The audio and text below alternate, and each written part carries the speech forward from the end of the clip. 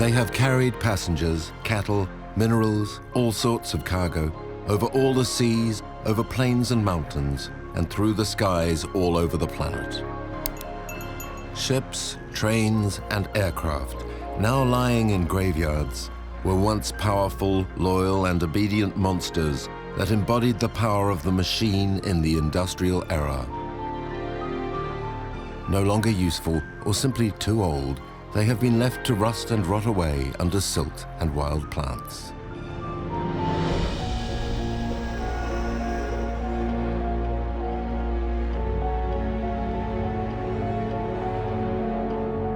Vast, motionless carcasses are left in out-of-the-way places where they create strangely beautiful, apocalyptic landscapes. Ecological dangers for some, wildlife sanctuaries for others, historic testimonies, even works of art, these petrified giants don't leave us unmoved. Rust lovers, heritage enthusiasts, collectors, artists. These grandiose and eloquent vestiges of our contemporary society arouse fervor in people.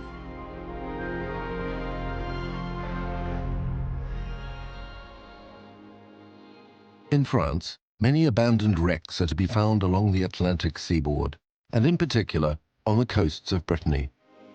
These wooden remnants are the last witnesses of trawling and tuna fishing which prospered last century. They have been left to rot peacefully away, since popular belief holds that destroying a ship brings bad luck to those that do so. However, new laws are forcing local authorities to get rid of the laid-up ships. As silly as it may seem, some even end up in the middle of roundabouts. Organizations work against this. At ARTE, Marcel Thomas, who has been running this fight for years, has gone hoarse from arguing. Marcel, do you remember what was here before? Look, look. The old tuna boats. This was a ship graveyard here. But now, what's there instead? There were a lot. There's nothing left. It's all been destroyed. All that's left is plastic. Plastic.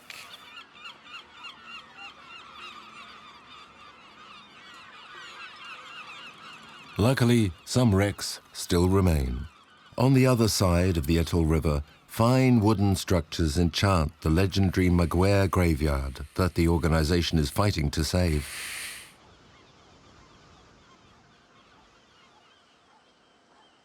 Warnings and banning orders don't carry much weight against the photogenic romance of the site.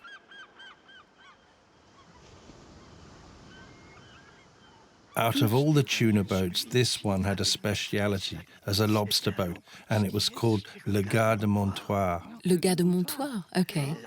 There, it's La Rose de Carmel, which is half buried. And the big one over there? The big one, that's the Sans Nom. The Sans Nom.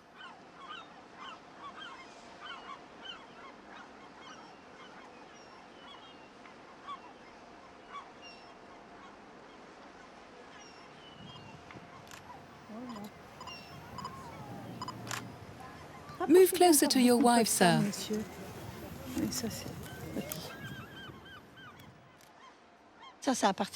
This belongs to everyone, and most of all to the people from here, the sailors and their families, to everyone who lives here. It's part of our heritage. And a lot of the authorities are against it and want to get rid of it. But what point is there to getting rid of it? It doesn't belong to them, it's ours. In the eyes of the law, the wrecks are illegally taking up public space and reduce the safety of local inhabitants. Town authorities have to remove them. At Maguire, the determination of the site's defenders has kept the bulldozers away.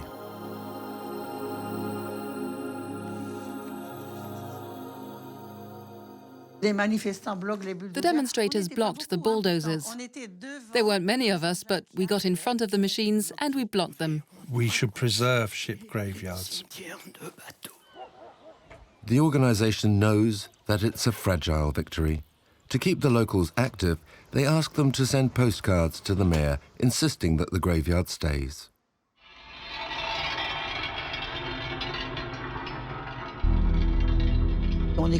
You don't crush wrecks with bulldozers.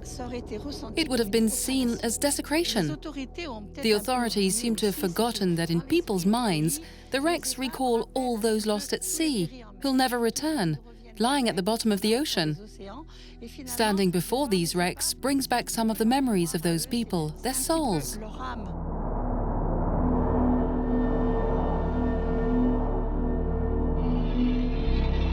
Without the ship graveyards, Brittany would lose something of its soul. There are a dozen or so: Saint-Malo, Le Bono, Plouhinec, Le Guilvinec, La Rance, Camaret, Rostelec, and others which are at present under a suspended sentence.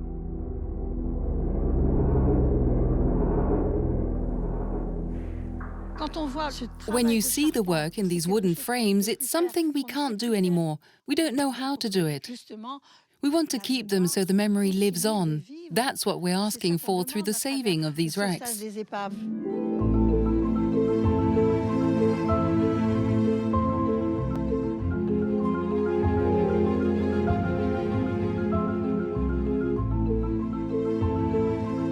For painters, the Maguire graveyard is a popular subject. The idea lets us meditate about the passing of time and the fate which awaits us all. Other graveyards attract taggers to adorn the tired old hulls with the signs of bold youth.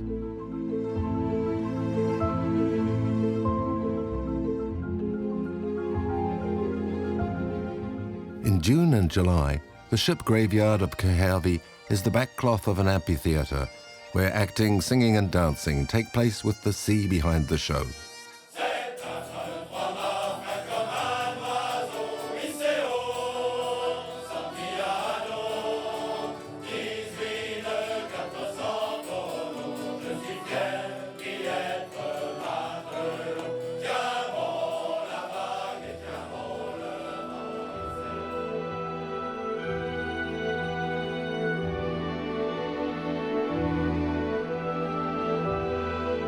The hull structures sticking out of the sand are like bones at the bottom of old tombs.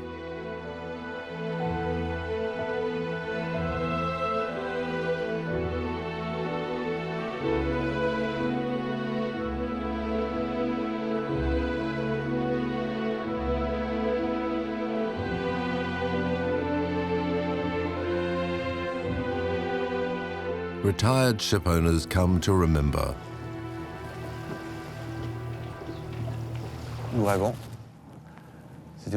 L'Ouragan was my ship from 1987 until the end of 2000. It was withdrawn from the fleet. I had a problem with the bushing. I no longer had the right to navigate, and so it was scrapped in December 2000. It's not much fun scrapping a boat like that. I think it's better to have it put in a graveyard than to have it smashed up with bulldozers. That's not good. And there's a fashion at the moment to put them in the middle of roundabouts, which isn't much good either. I prefer it to be here. I prefer it here. I prefer it here. Yes, I do. Oh, yes, I prefer it to be here. I've said it all there. When the sea comes down, they'll come to an end. Ha! It's a bit like us, you know. When we're dead, there won't be much left of us afterwards, after 50 years.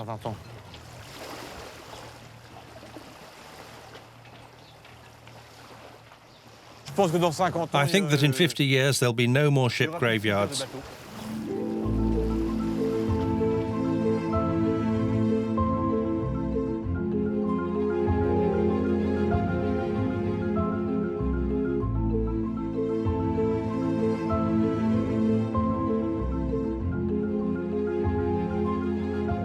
Through passing years and tides, the wrecks are buried deeper and deeper in the silt until they vanish completely. But how can a trace of this be kept for future generations?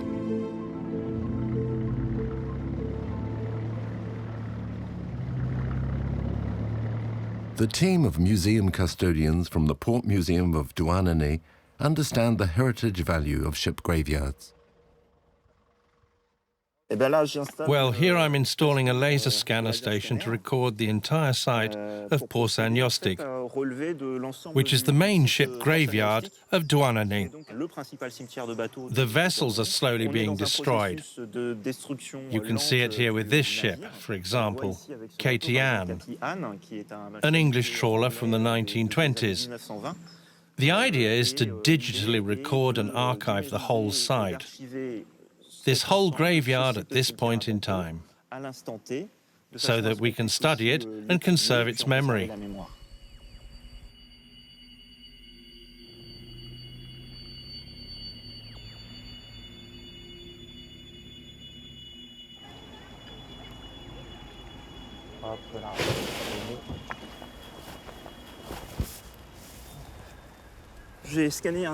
Here I've scanned another flank of the graveyard, since we're going to do several sessions all around the graveyard so as to get a complete picture.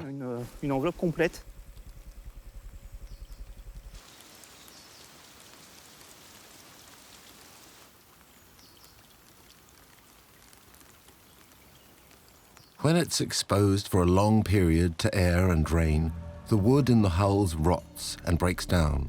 At the end of this cycle, it makes humus, which is absorbed by plants and returned to nature.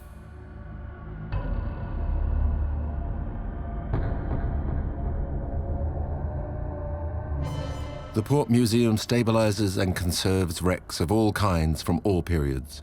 Some, although in very poor condition, are of a high value.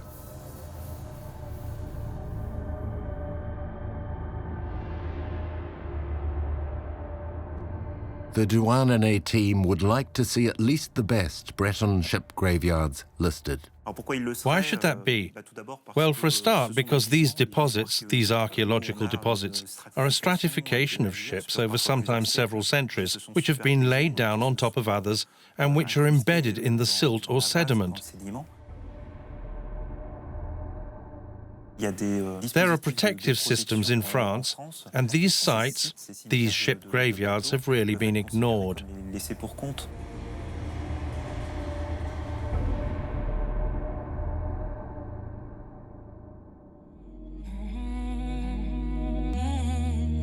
Some years ago, the Bay of Nouadhibou on the coast of Mauritania was one of the largest graveyards of fishing vessels in the world.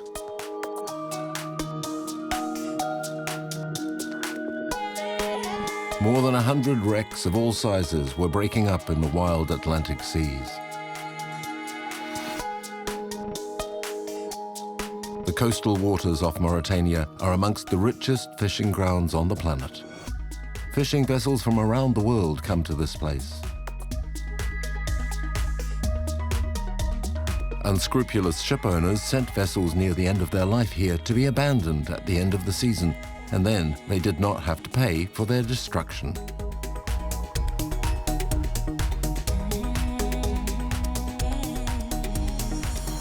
Abdallahi Mahadou knew the graveyard at its height and now looks after the last carcasses. Beforehand, there were 100 or so wrecks scattered around.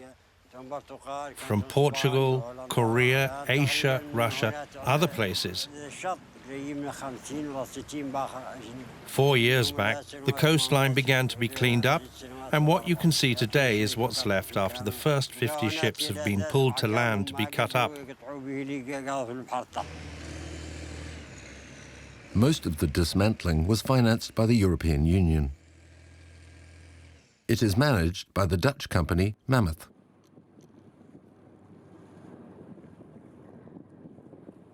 At the controls of his tugboat, Captain Hadamin Saber brings the wrecks to the coast where they are cut up.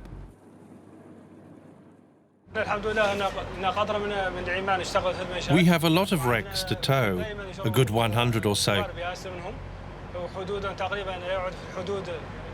The fact that there are a lot less boats washed up here now makes the task much easier.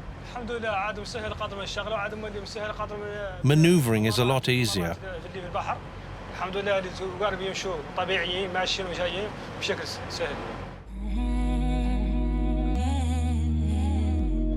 Removing the wrecks has allowed the canoes of the local fishing fleet to once more spread their nets along the coast.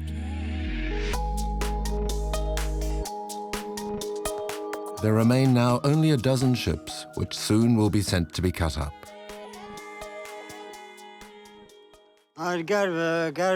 This was a Chinese ship which fished for a long time and stopped these last few years. It's written in Chinese here. It's waiting to be cut up.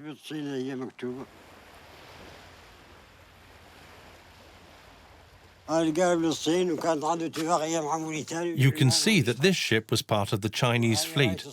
That's its flag. There was a lot of cooperation between China and Mauritania, and the Chinese fished our rich fishing grounds. I spent 5 years of my life on this ship as a sailor. You only had to put the net in the water for 2 or 3 hours, and it brought up 12 or 13 tons of fish. Once aboard, they were preserved in these metal crates. This kind of net is forbidden now. The mesh is too fine, and little fish can't escape.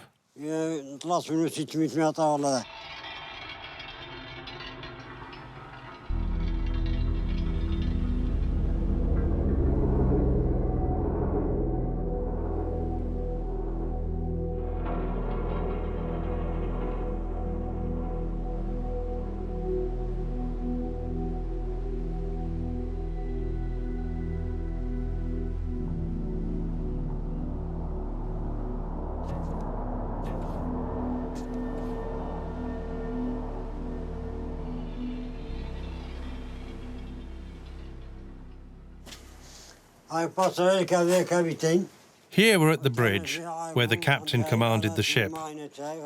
Now, this is where I live. My kitchen, dining room. This is where I sleep. That was the captain's chair for piloting. Now it's my life.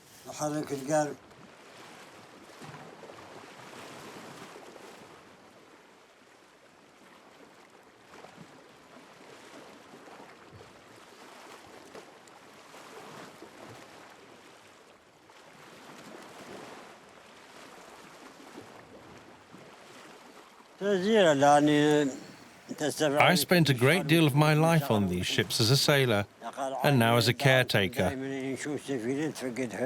It makes my heart ache when these ships are cut up. It's shocking, and it touches me deeply, but that's life, there's no choice. I hope I find another place to live. Over 70 years old, and aboard the fragile raft he built himself, Abdelli inspects the wrecks once a week, even the furthest away, to detect the currents which send the carcasses to the bottom.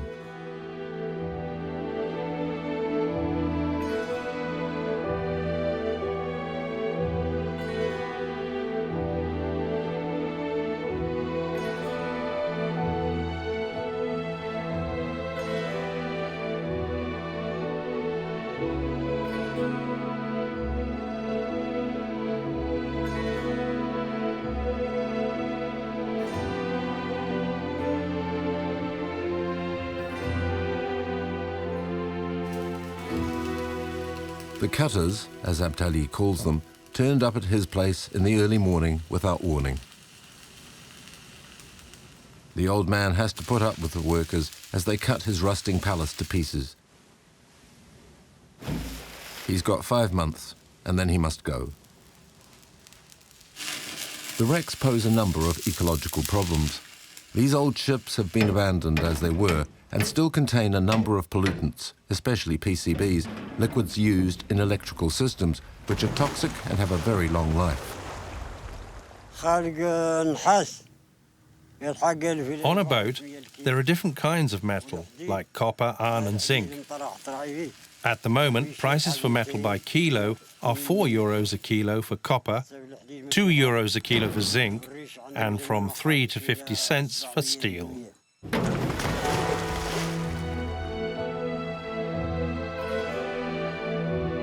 Soon there will be no more wrecks floating in Nouadhibou Bay.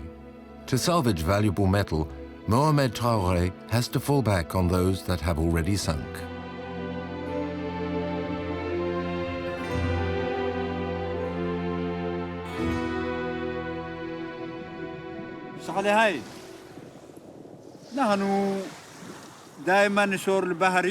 I've been a diver for 5 years, and I look for all kinds of metal, especially the most valuable, like copper. But if there's none, I take iron. When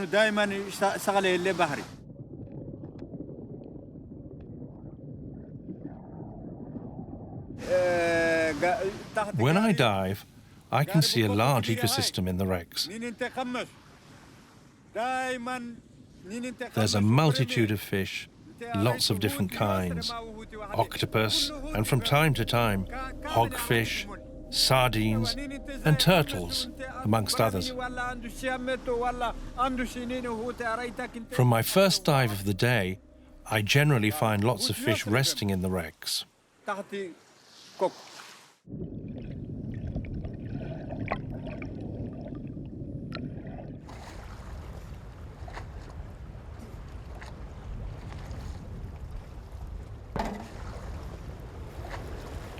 Sometimes, Mohamed Traoré doesn't bring back any scrap, but he doesn't give up, diving again and again, using equipment which has the sole advantage of stopping him from cutting himself on sharp, rusted metal.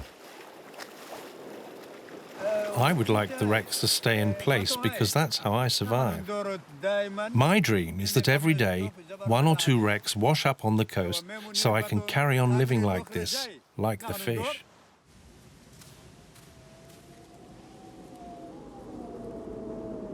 When all the wrecks in the bay have been broken up, there'll be no lack of others to arrive. Many sea routes go past Cape Blanc, a few kilometers from Nouadhibou. This cape is well known for its violent currents and terrible weather. Many vessels have had problems in this dangerous area. Rusty skeletons build up there, awaiting the coming of the scrap merchants.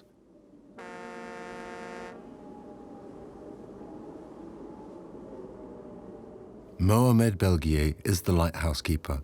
He knows the stories of all the wrecks on this windy coast, which is home to thousands of seagulls.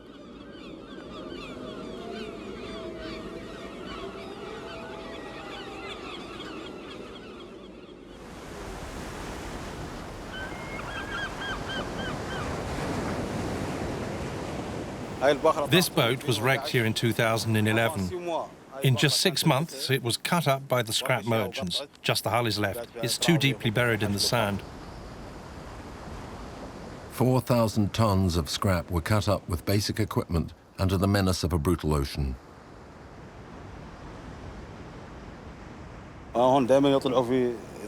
Small canoes and ships often wash up here because of the currents. They're very strong, and if the fishing boat captain doesn't know how to navigate in these waters, they get wrecked here on Cape Blanc, especially at night.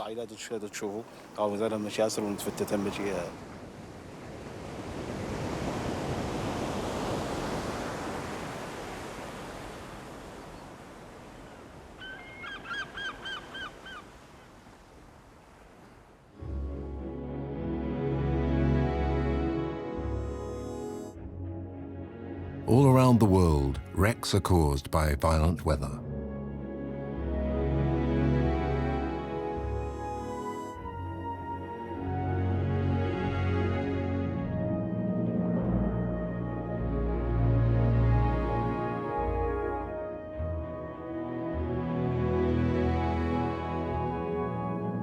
In Kazakhstan, the strangest ship graveyard has formed in the middle of the desert, thanks to the extreme climate.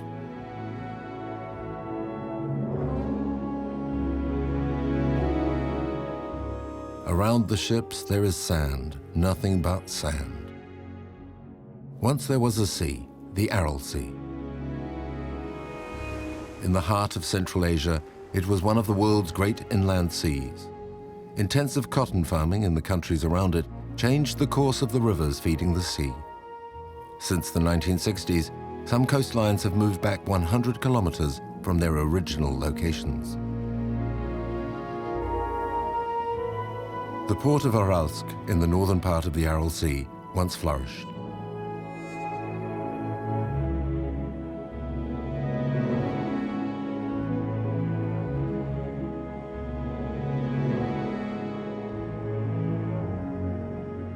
On the old seafront, a few abandoned ships serve today as museum pieces that recall what the town once was not so long ago.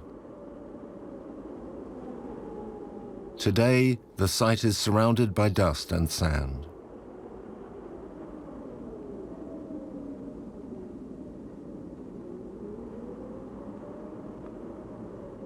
Selim, a child of the 1980s, was a direct witness of the spectacular desertification that struck the region.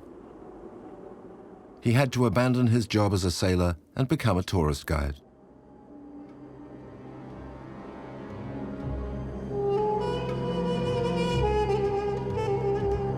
The catastrophic retreat of the sea has become the main theme of his job as a guide.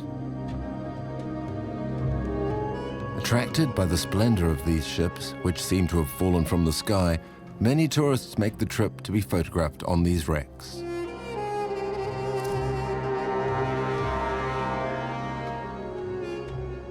The tourists, they really like to see, and they come only to see the ship graveyard, these old shipwrecks.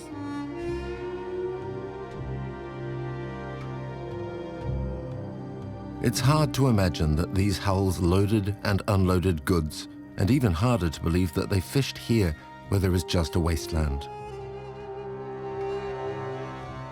Around Aralsk in the early 60s, there were about 100 fishing boats like this.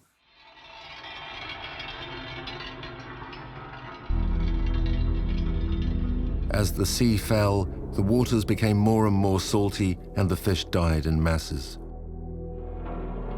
Before finding themselves washed up on the sand, the fishermen found few fish.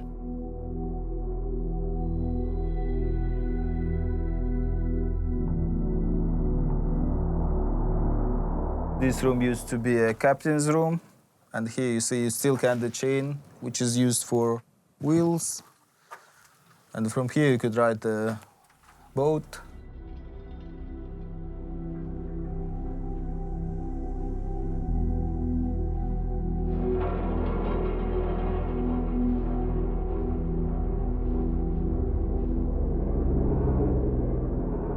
This is the anchor of the ship that you can see behind me. And I can imagine that here the depth of the sea was about 17 meters, because the length of the anchor chain is about 51 meters. So usually the chain is used 3 times longer than the depth of the sea, where the usually ship is parked.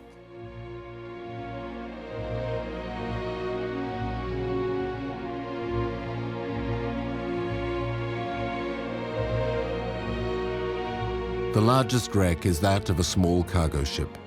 In summer, the heat here is crushing. In the worst hours of the day, wild horses take shelter in the shadow of the wreck, watched only by the eyes of the ghosts of the crew.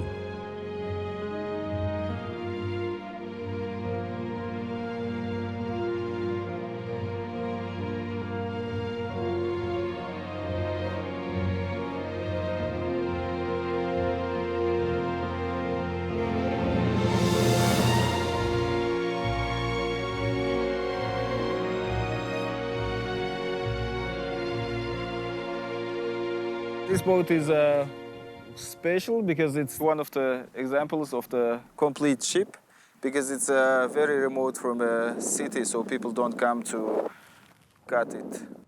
Nowadays, most of the ships are cut into small pieces and taken away by the locals, just to sell it as a scrap metal.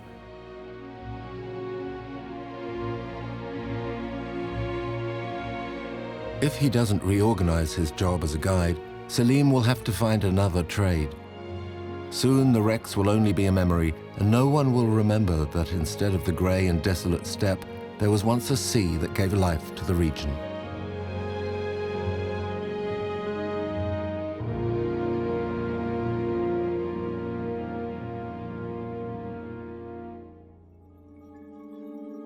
Preserving memories is the objective of many wreck salvages which are taking place around the world.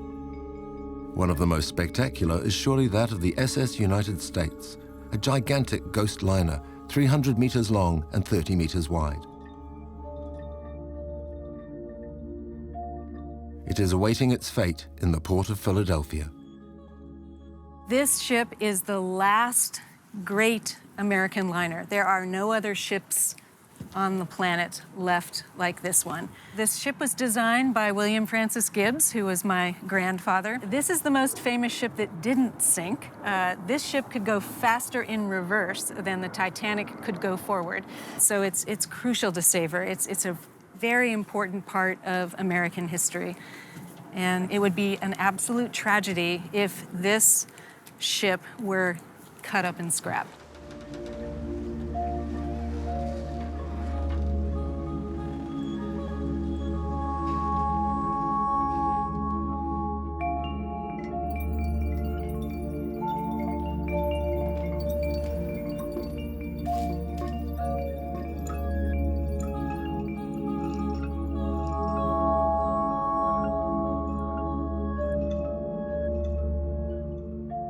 Here we are in the ship's grand ballroom, and here we have the dance floor where my grandmother would have danced the night away, and then there Duke Ellington and other musicians would have played on that stage. Lots of famous people traveled on the SS United States, 4 U.S. presidents, a number of foreign dignitaries and heads of state, Prince Rainier, movie stars, Marilyn Monroe. It was really a who's who of stars in the 50s and 60s. Nowadays, only spiders dance in the ballroom.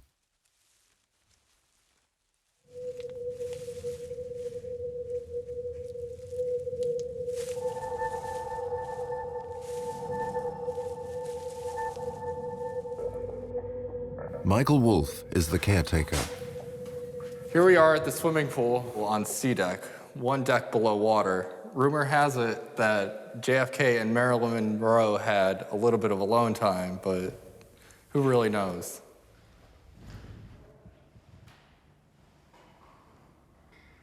In its day, there would have been 1,000 crew members to roughly 3,000 passengers.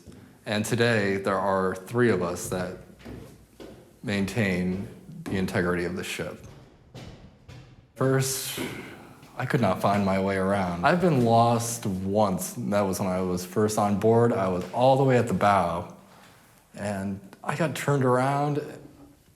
Like, I retraced my steps over and over. It must have been at least a half an hour of me walking the same room. But eventually, I found the right staircase, and luckily, I survived. We search out any leaks, and we will seal them up to ensure it does not leak any further than it needs to go. Any little bit of water is steel's worst enemy, so every little bit we can prevent saves the ship a little bit more.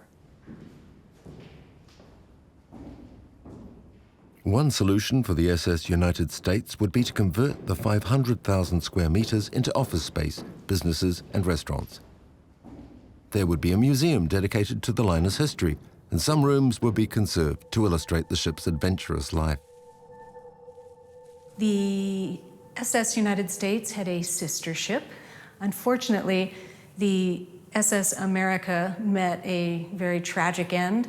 The SS America ended up being wrecked in the Canary Islands. It's the most haunting image of a broken ship. And we are very motivated to prevent such an ignominious fate from befalling the SS United States.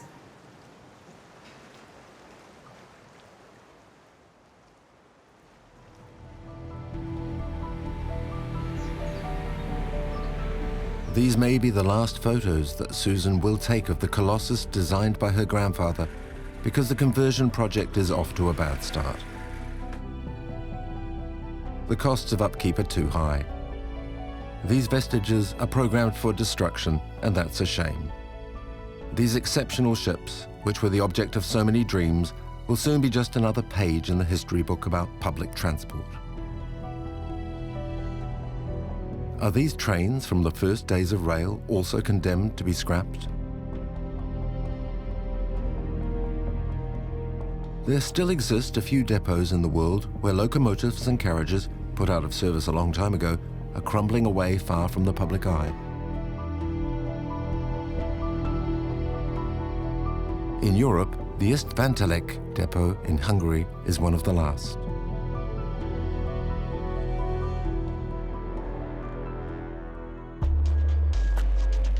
It's in South America that can be found the biggest railroad graveyards, still open to the sky. The Atacama Desert, caught between the Andes and the Pacific coast, is the most arid zone on the planet. It almost never rains, which is a stroke of luck for old locomotives. Metal rusts much more slowly than in the rest of the world. The rail station of Baquedano in northern Chile, close to the Bolivian border, was built in the middle of the desert around 1910. Minerals extracted from the great Andean mines were taken by train to the Pacific ports.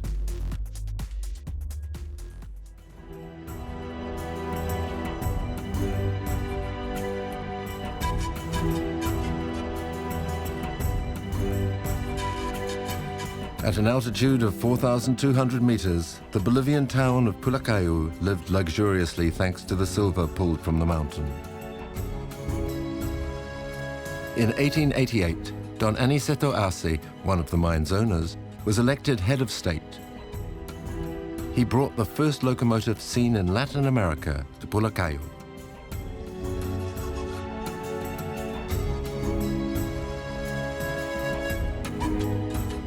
Of the flood of money which poured through Pulacayo, only a few decrepit buildings and a collection of rusty old trains remain, tenderly cared for by Angel Rivera, the ex-director of the town's museum.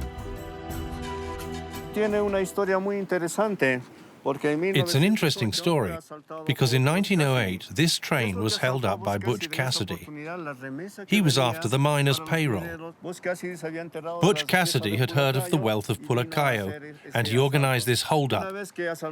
After that, he fled to Tepiza, where he was trapped by the Bolivian police. It's like that his story came to an end.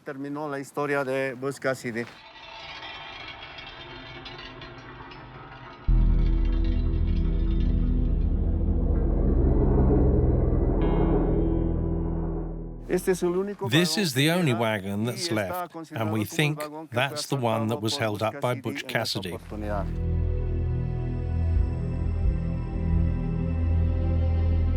The locomotives came from England and the USA.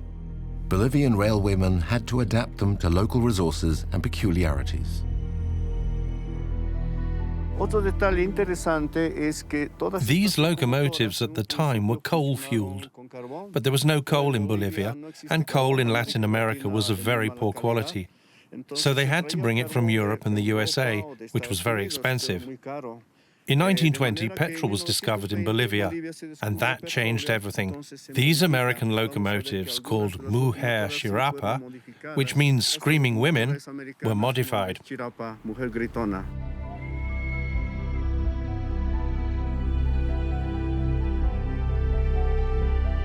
Pulacayo offers to everyone the picturesque beauty of its decayed glory. This is an open museum where you can see and touch the remains of industry. Tourists are usually wild about history and culture. They're particularly interested by spectacular abandoned towns like this one.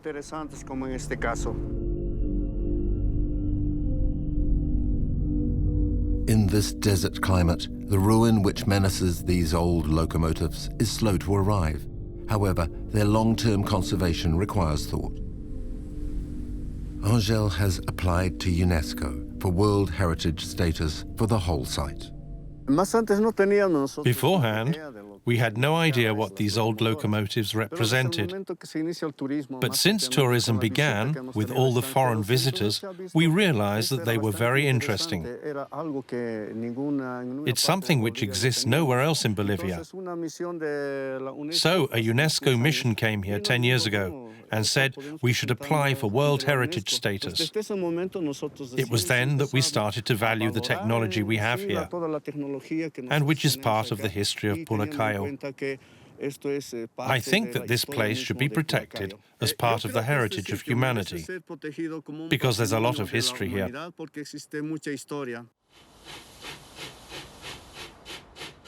The English locomotives of Pulacayo were built to cross the Andean mountain passes. But most of the time they went towards G.E.I.E, towards the ocean, where the minerals were sorted and then loaded into ships.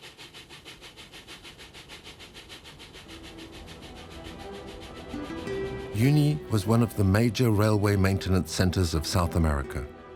Worn out or obsolete engines were pushed out to the edges of the town. They're still there. Alfredo Aruz worked here for over 42 years.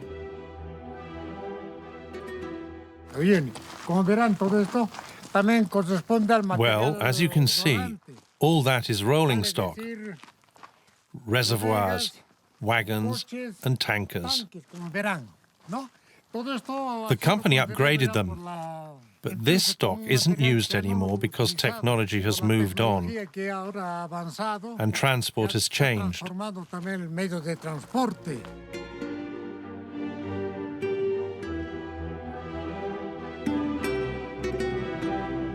The abandoned wagons make taggers happy. The things that the kids paint here were probably to show off their skill, their artwork.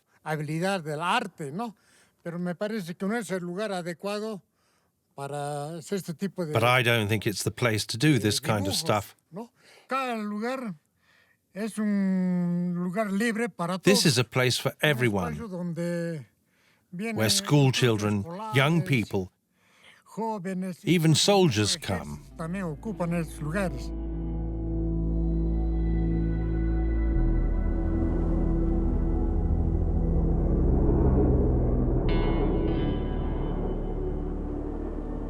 Esto es todo lo que existe en el cementerio de trenes. Nunca habíamos tenido Everything here is part of the train graveyard. We never imagined that this place would become a tourist attraction. Never. If we'd thought that, we'd have done otherwise to preserve it.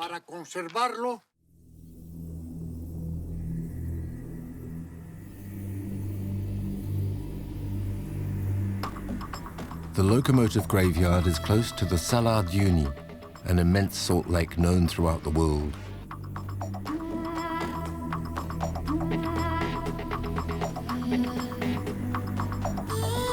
After a last picture of the pink flamingos, tourists flock to the train graveyard.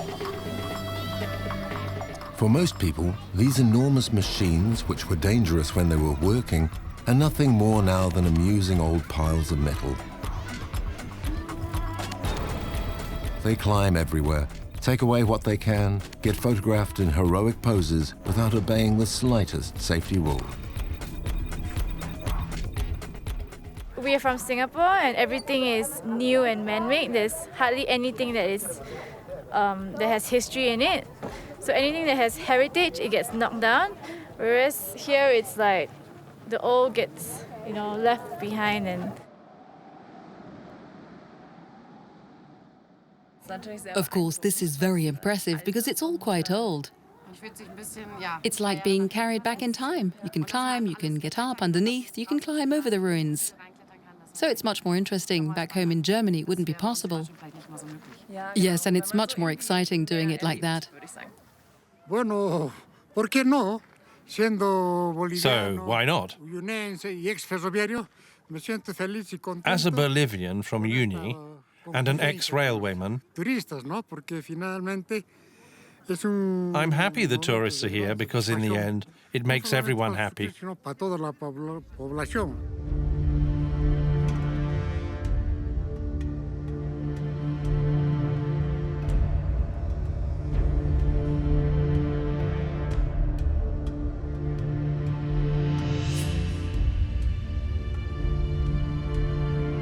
The setting sun highlights the Baroque nature of these machines from the industrial age.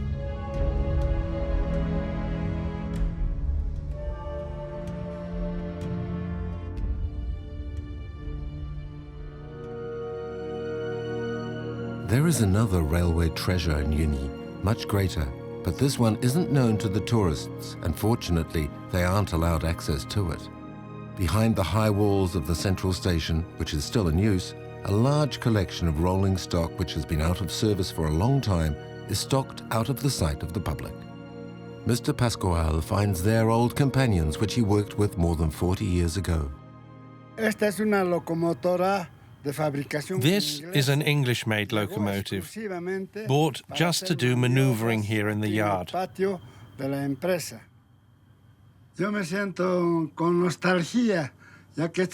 I get nostalgic because I drove this locomotive for many years, and coming back here makes me sad.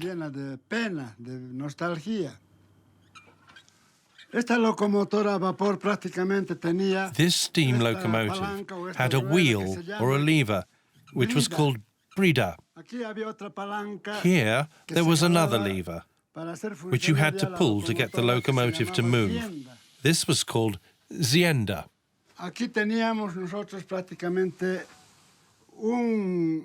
Here, there was a glass level tube,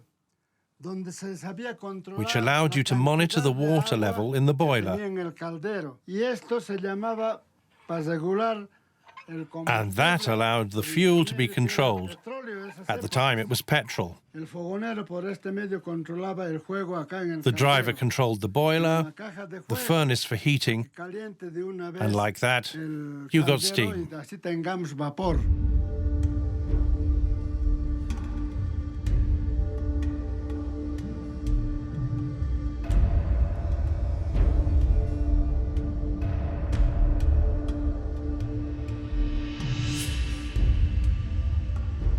The hood of the locomotive opened reveals the nest of tubes where the steam circulated to provide energy. This is called the smoke chamber. And on the other side, there was the firebox. By the means of these tubes, the smoke arrived here to pour out into the air through this tube, which is the smokestack.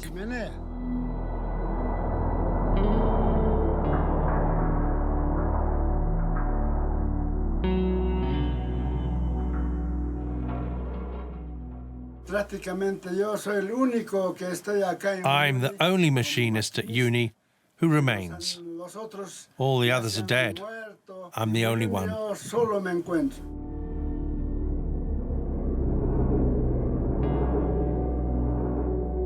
No one has sat on these worn seats since the day this passenger car was placed in the garage 60 years ago.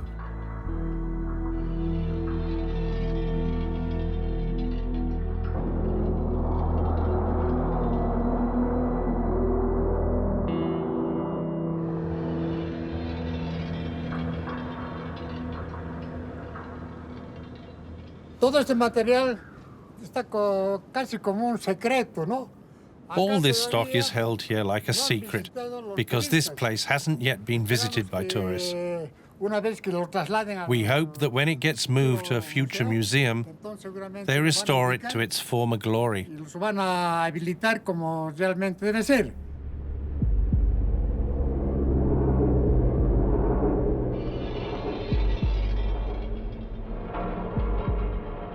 These timeless engines and wagons have long been seen as worn-out scrap, but nowadays some people consider them to be the sole memories remaining of bygone times when the mines made their country live. If these vestiges are destroyed, nothing much will remain of a still recent past which is rapidly disappearing. There are also, around the world, large civilian aircraft graveyards. The largest of these is to be found in the Mojave Desert in the southwest United States. At times, more than 300 aircraft have been parked here. 10 to 20% have been renovated and fly once more for small companies in southern countries. The rest will be cut up. Demolishing commercial aircraft leaves little waste. 70% of the material used is recyclable, and the proportion of this is still growing. There are some original solutions for reusing aircraft as dwellings or other buildings. A Californian architect had the idea of recycling the wings of a Boeing 747 to make the roof of a villa called Wing House. While wrecks have long been abandoned to providence, the modern world doesn't want them anymore. A growing percentage of the material used to build vehicles for ground, air, or maritime use has to be recyclable from the start, so that deconstruction leaves little or no waste. The surviving wrecks are under a suspended sentence, and those that deserve to be preserved need urgent protection.